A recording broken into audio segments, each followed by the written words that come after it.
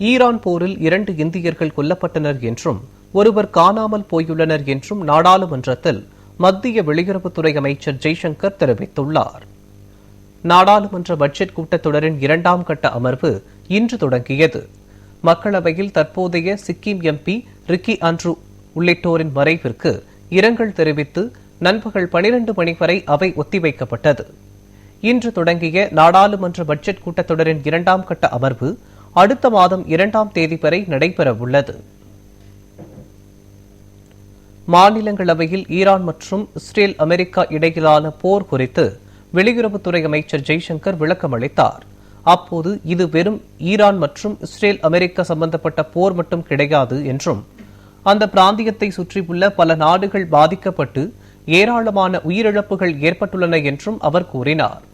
ஈரானில் உச்சத் தலைவர் உட்பட பலரும் கொல்லப்பட்டிருப்பது கவலை அளிக்கக்கூடிய விஷயம் என்று தெரிவித்த ஜெய்சங்கர், உடனடியாக பேச்சுவார்த்தை நடத்தி நிலைமையை மோசமடைவதை சம்பந்தப்பட்ட நாடுகள் தடுக்க வேண்டும் என்று வலியுறுத்தினார். மத்திய கிழக்கில் சிக்கியுள்ள இந்தியர்களை மீட்பது உள்ளிட்ட பல்வேறு முக்கிய முடிவுகளை மத்திய அரசு எடுத்திருப்பதாக குறிப்பிட்ட அவர், இந்த விவகாரத்தை கூர்ந்து கவனித்து வரும் பிரதமர் மோடி சம்பந்தப்பட்ட அமைச்சகங்களுக்கு உரிய உத்தரவுகளை பிறப்பித்திருப்பதாக தெரிவித்தார். போரில் 2 இந்தியர்கள் கொல்லப்பட்டுள்ளனர் என்றும் ஒருவர் காணாமல் போய் உள்ளனர் என்றும் வெளியுறவுத்துறை அமைச்சர் ஜெய்சங்கர் கூறினார்.